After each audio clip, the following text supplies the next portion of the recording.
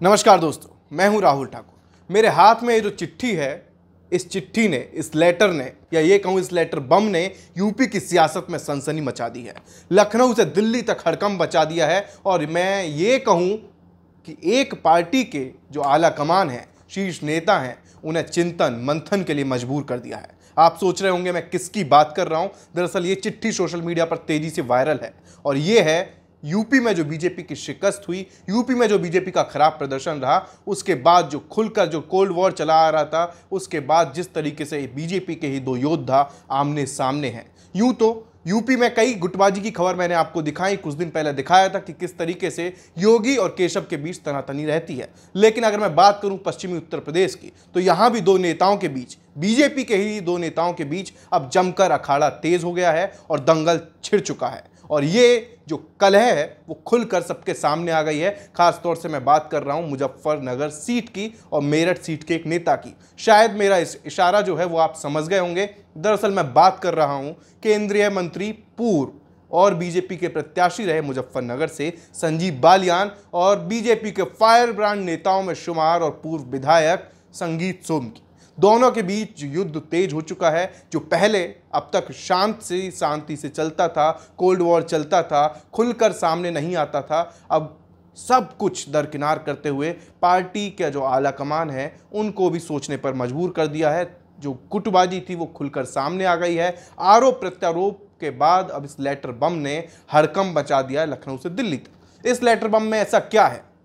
दावा किया जा रहा है कि यह लेटर बम संगीत सोम की तरफ से संजीव बालियान के खिलाफ छोड़ा गया। ऐसा बम फोड़ा गया कि उसने पूरे सियासत में तूफान मचा दिया है। आखिर इस लेटर बम में क्या है? आप भी सोच रहे होंगे कि कैसे इतना ज़्यादा जो झगड़ा था वो आगे बढ़ गया और लेटर बम तक नौबत आ गई। तो इसमें लिखा हुआ है, आप हमारी स्क्रीन पर देख सकते हैं कि इसमें सबसे ऊपर लिखा हुआ ठाकुर संगीत सिंह सोम, पूर्व विधायक, विधानसभा क्षेत्र सरधना। यानी कि ये संगीत सोम का लेटर पैड है जिसमें उनका नाम, एड्रेस, नंबर, सब कुछ आप देख सकते हैं। इस लेटर जो हेड है उस पर छपा हुआ है। लेकिन गौर करने वाली बात ये नंबर और नाम और पहचान और बाकी चीज़ें नहीं, जो इसमें लिखा गया है उस पर ज़रा गौर फरमाइए और उसे जो हाईलाइट किया हुआ है वो ज़रा उन शब्दों को ध्यान से पढ़िए और मैं पढ़कर सुनाता हूं कि क्या लिखा हुआ है। इसमें बहुत ज़्यादा संगीन और संजीदा आरोप लगे हैं संजीव बालियान पर। अब जो दावा किया जा रहा है वो ये है कि संजीव बालियान ने पिछले 5 साल के कार्यकाल में अवैध तरीके से विकास कार्यों के नाम पर भ्रष्टाचार किया और गुंडागर्दी के माध्यम से हजारों करोड़ की संपत्ति अर्जित की, जिसकी वजह से स्थानीय स्तर पर नेतृत्व की ईमानदारी की छवि पर बट्टा लगा। इसलिए इस भ्रष्टाचार की जांच होनी चाहिए। जी, यही वजह है कि पार्टी चुनाव यहां पर हारी। ये पहला इल्ज़ाम है। पहली ही लाइन में सीधे सीधे संगीत जो सोम हैं उनकी तरफ से कहा गया कि संगीत सोम की तरफ से संजीव बालियान को टारगेट पर लिया गया। दूसरा, बालियान द्वारा श्री राम पोटास फैक्ट्री का खाद्य का सैंपल फेल होने के बाद भी धड़ल्ले से बिकता रहा। सरकारी पद के अपने प्रभाव का दुरुपयोग किया गया और खाद्य कंपनी इफको को अपनी कंपनी का कॉन्ट्रैक्ट कराकर करोड़ों की कमाई की गई। इसके अलावा हापुड़ की एक शुगर फैक्ट्री का जिक्र हो रहा है। उसमें बताया, इसमें लिखा है कि कच्चा माल लेकर खाद्य बनाने की फैक्ट्री लगा रखी है। इसके अलावा चौथा पॉइंटर आप जरा देखिए कि इसमें संजीव बालियान की गौरव स्वरूप के साथ बेगराजपुर एथेनॉल प्लांट में साझेदारी है। ये आरोप लगाया गया है इस लेटर में, इसके अलावा कुछ और भी आरोप लगे हैं। 5वें पॉइंटर में लिखा गया कि बंटी स्वरूप के साथ मिलकर जौली रोड पर मोटी लागत का एक स्टील प्लांट का निर्माण कराया जा रहा है। वहीं इसके अलावा जो 7वां और सबसे गंभीर आरोप है उस पर जरा ध्यान दीजिए। उसमें लिखा है कि शुक्रताल के शुक्र तीर्थ में 2023 में, यानी कि पिछले ही साल, 600 बीघा और 200 बीघा जमीन अपने नज़दीकियों के नाम कराई गई है। ये बहुत सनसनीखेज आरोप लगाया गया है संजीव बालियान पर, जो केंद्र में मंत्री रहे। शुरुआत से ही करीब 8 साढ़े 8 साल तक वो मंत्री रहे हैं मोदी सरकार के कार्यकाल में। इसके अलावा कई हत्याकांड का जिक्र किया गया है, कई आपराधिक मामलों का जिक्र किया गया है। लेकिन सबसे ज़्यादा अगर कुछ बातों को लेकर हैरानी हो रही है, कुछ बातों को लेकर घमासान छिड़ गया है, वो है ये कि संगीत सोम की तरफ से, जो मतलब बार बार मैं जिक्र कर रहा हूं, ये लेटर का दावा किया जा रहा है और आरोप लगा है कि संजीव बालियान ने ऑस्ट्रेलिया में ज़मीन खरीदी है और बाकायदा अपने दोस्त के साथ उन्होंने मिलकर डील की। संजीव बालियान के माता पिता 2 बार ऑस्ट्रेलिया गए, ऐसा दावा इस लेटर में किया गया है, जिसकी वजह से सनसनी मची हुई है। न सिर्फ पश्चिम उत्तर प्रदेश की राजनीति गर्म है, बल्कि बात लखनऊ से दिल्ली तक पहुंच चुकी है। आला कमान ने अब दोनों को बयानबाजी और खुलकर जो जिर है, जो युद्ध का जो जंग का ऐलान हुआ था, उस पर अभी रोक लगाने की कोशिश तेज कर दी है। रोक लगाने के आदेश दिए हैं कि किसी भी तरह से कोई बयानबाजी ना की जाए। लेकिन मैं आपको बता दूं कि ये पहला मौका नहीं है। इससे पहले कब क्या हुआ था, चुनाव के दरमियान भी किस तरह से दोनों को शांत कराया गया था, रोका गया था, किस तरीके से खींचतान थी, किस तरीके से योगी से लेकर राजनाथ से लेकर तमाम नेताओं को भी बीच में खबरें थी कि दखलंदाजी करनी पड़ी, मनाने की कोशिश करनी पड़ी। और उसके बाद भी जैसे ही चुनाव के नतीजा है, उसके बाद जो कलह थी वो खुलकर सामने आई। ये सारी बातें अब लेटर हेड के जरिए जो दावा किया जा रहा है कि संगीत सोम की तरफ से, ये बातें सामने आई हैं। लेकिन खास बात यह है कि जो ये लेटर हेड है, उसको लेकर संगीत सोम ने किनारा कर लिया है कि ये लेटर हेड जो है ये किसी की शरारत है, ये मेरा लेटर हेड नहीं है।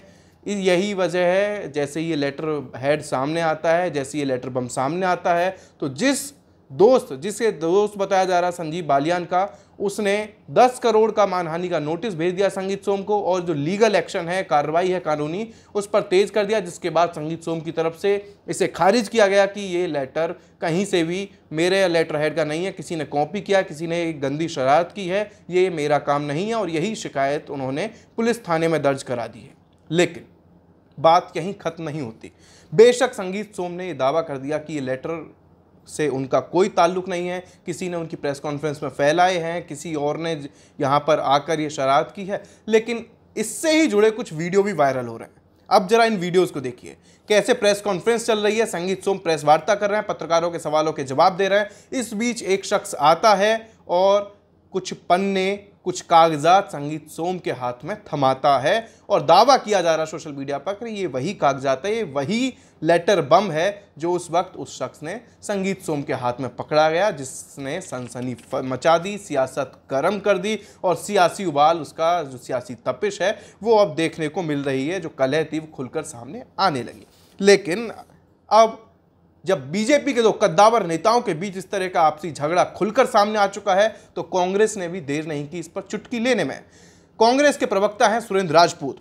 उन्होंने कहा कि अब मोदी जी और अमित शाह जी इनके घर ईडी, सीबीआई, इनकम टैक्स या फिर एनआईए कब जाएगी, ये सवाल पूछ लिया सुरेंद्र राजपूत ने, क्योंकि इस लेटर बम में, इस लेटर हेड में संजीव बालियान पर आरोप लगे हैं कि ऑस्ट्रेलिया में ज़मीन खरीदी, 600 और 200 800 बीघा यहाँ ज़मीन खरीदने के, मतलब जो भी इसमें आरोप लगे हैं उसको लेकर सुरेंद्र राजपूत ने तंज कसा है और ये भी कहा है कि ऑस्ट्रेलिया में धन भेजकर ज़मीन खरीदने का ये जो आरोप है, अगर किसी विपक्षी नेता पर लगा होता तो उसे अब तक आपने जेल भेज दिया होता। क्या कुछ कहा सुरेंद्र राजपूत ने, जरा खुद ही सुन लीजिए। भारतीय जनता पार्टी के बड़े नेता आपस में एक दूसरे के खिलाफ झूठ का, छल का, कपट का, प्रपंच का, धोखाधड़ी का, अनाचार का और भ्रष्टाचार का आरोप लगा रहे हैं। चाहे वो संगीत सोम हो, चाहे वो संजीव बालियान हो और चाहे भारतीय जनता पार्टी के अन्य नेता हो। नरेंद्र मोदी जी की ईडी कहां है? अमित शाह जी की सीबीआई और इनकम टैक्स कहां है? कौन जांच करेगा कि ऑस्ट्रेलिया में जो कथित रूप से इन्होंने जमीनें खरीदी हैं उसके खिलाफ कार्रवाई क्या एनआईए करेगी? क्या भारतीय जनता पार्टी में नैतिक साहस है कि अपने नेताओं के खिलाफ ईडी की कार्रवाई करे? अब तो खुलेआम भारतीय जनता पार्टी के नेता लिख करके आरोप लगा रहे हैं। क्या योगी जी की सरकार में यह हिम्मत है कि इन दोनों नेताओं के खिलाफ एफआईआर करे और एनआईए से जांच की मांग करे? चूंकि मामला विदेश में पैसा भेजने का है, क्या वो पैसा आतंकवाद का है, भ्रष्टाचार का है, कदाचार का है, अनाचार का है, किस चीज का है? भारतीय जनता पार्टी को इन सारी बातों के ध्यान रखना होगा। आदरणीय नरेंद्र मोदी जी, अब आपकी ईडी कहां है, हमें यह देखना है कि किसी की सुगबुगाहट भर से आप ईडी विपक्षियों के यहां भेज देते हैं, अपने नेताओं के ईडी कब भेजेंगे? तो आपने कांग्रेस के ये आरोप सुने। अब कांग्रेस की ही प्रवक्ता जो सुर्खियों में रहती हैं, जो जाना माना चेहरा है, सुप्रिया श्रीनेत, उन्होंने भी बड़ा तल्ख अंदाज में कटाक्ष करते हुए ट्वीट किया और लिखा कि थोड़ा ध्यान मेरठ में बीजेपी नेताओं यानी कि संजीव बालियान बनाम संगीत सोम वाले घमासान पर भी दिया जाए। संगीत सोम के लेटर हेड पर संजीव बालियान के खिलाफ भ्रष्टाचार का आरोप पत्र जारी हुआ, ये लिखा है सुप्रिया श्रीनेत ने। उन्होंने लिखा है कि मजे की बात तो यह है कि प्रेस वार्ता करने के बाद जिसमें यह पर्चे बांटे गए और अब संगीत सोम कह रहे हैं कि किसी ने उनके लेटर हेड का दुरुपयोग किया है। यानी कि जैसा हमने आपको बताया था कि प्रेस कॉन्फ्रेंस के दौरान ये लेटर हेड सामने आए थे, जिसके बाद संगीत सोम ने सफाई दी, मामला मुकदमा तक पहुंच गया और जो अब है, अब पूरा सियासी भूचाल आ चुका है। कांग्रेस ने सवाल दाग दिए हैं इस वायरल लेटर की। मैं आपको बता दूं कि हम बिल्कुल कतई पुष्टि नहीं करते और हमने जो था कि कैसे मानहानि का नोटिस 10 करोड़ का ये जो संजीव बालियान पर, जिसके संजीव बालियान के जो दोस्त, तथाकथित दोस्त, इसमें दावा किया है संजीव सहरावत, जिनका जिक्र किया गया है, उन्होंने यहाँ पर जो मानहानि का जो केस है वो डाल दिया है और लीगल कार्रवाई की तैयारी है। लेकिन मैं आपको ये बता दूं कि जैसे ही चुनाव के नतीजे आए थे और चुनाव प्रचार चल रहा था, ये कोल्ड वॉर चल रहा था, क्योंकि मैं उस वक्त में उस क्षेत्र में, मैं मुजफ्फरनगर लोकसभा क्षेत्र में गया था। मेरठ की सरधना सीट से बीजेपी के पूर्व विधायक हैं संगीत सोम, लेकिन ये सरधना जो विधानसभा है वो मुजफ्फरनगर लोकसभा में आती है और इसी क्षेत्र में आता है ठाकुर चौबीसी, जहां बताया जाता है कि संगीत सोम के प्रभाव वाला क्षेत्र है। और जब राजपूत बनाम जाट की जो लड़ाई थी वहां जमीन पर देखी गई थी, तो इसमें भी कहीं ना कहीं शुरुआत से ही संजीव बालियान ने इशारा किया था संगीत सोम की तरफ। तो मैं जब वहाँ पर प्रचार चल रहे थे तब भी मैं वहाँ मौजूद था, जब राजपूत समाज की रैलियाँ हो रही थी मैं वहाँ तब भी मौजूद था, और जब तमाम लोगों से बात की, गांव के लोगों से बात की, तो खुलकर उनकी नाराज़गी सामने आई थी, कई तरह की बातें सामने आई थी। कोई संजीव बालियान के खिलाफ बोल रहा था तो कुछ लोग संगीत सोम के खिलाफ नाराज़गी अपनी जता रहे थे। दोनों तरफ से जो गुटबाजी थी उसका दौर ज़्यादा था। इस बीच जब योगी आदित्यनाथ की भी रैली हुई थी खेड़ा गांव में, तो वहां पर भी लोगों ने बताया कि किस तरीके से योगी ने मंच से हटकर, मंच के पीछे जाकर भी दोनों नेताओं को समझाने की कोशिश की और संगीत सोम को भी इशारा किया कि अब नाराज़गी भूल जाइए, प्रचार में जुटिए। इसके अलावा राजनाथ सिंह को लेकर भी खबरें आई थी कि उन्होंने भी ये जो कोल्ड वॉर चल रहा था उसे शांत कराने की, थामने की भरपूर कोशिश की थी। लेकिन जब नतीजा आता है 4 जून को और 2 बार के सांसद और केंद्रीय मंत्री संजीव बालियान की करीब 24,000 वोटों से हार हो जाती है, सपा के हरेंद्र मलिक उन्हें हरा देते हैं। उसके बाद जब ये हार को लेकर सवाल पूछे जाते हैं तो लड़ाई बढ़ जाती है। दोनों तरफ से दावे जो किए जाते हैं वो हैरान करने वाले होते हैं और शीर्ष नेतृत्व जो बीजेपी का है उसे मुश्किल में डालने वाले होते हैं। और ये जो लड़ाई है शिखंडी से लेकर जयचंद से लेकर ये तमाम चीज़ों पर पहुंच जाती है। संजीव बालियान से जब प्रेस कॉन्फ्रेंस में पत्रकारों ने सवाल किए तो उन्होंने कहा कि किसी शिखंडी ने पीछे से छुरा भोंपा है, पीछे से चाल चली है, इस तरह का उन्होंने इल्ज़ाम लगाया। कि जो बिल्कुल खुले तौर पर जिन्होंने समाजवादी पार्टी का चुनाव लड़ा और यहाँ बड़ी पोजीशन लिए हुए हैं और सरकारी सुविधाएं भी ले रहे हैं, तो कृपया करके पार्टी, मेरा निवेदन रहेगा, पार्टी इस पर शायद ध्यान देगी और कार्रवाई निश्चित। पूर्व विधायक संजीव सोम ने कहा था कि एक बयान बहुत वायरल हुआ उनका कि स्तर नहीं है आपसे बात करने का, ऐसा क्या है इस तरह? अब ये तो मैं कह नहीं सकता। मैं PhD हूँ वेटनरी साइंसेज में, 2 बार मुजफ्फरनगर का सांसद रहा हूँ, 8.5 साल केंद्रीय मंत्री रहा हूँ, सरकारी नौकरी में भी रहा हूँ। कृपया करके स्तर तो मुझे शिक्षा से होता है, उससे होता है, उनका शिक्षा का पूछा है, स्तर आप ही जोड़ लें, किसका स्तर कहाँ है। इतनी विपरीत परिस्थितियों के बाद जब सरधना में कोई विकास ना हुआ हो, सरधना की जनता पे मुकदमे कराए गए हो,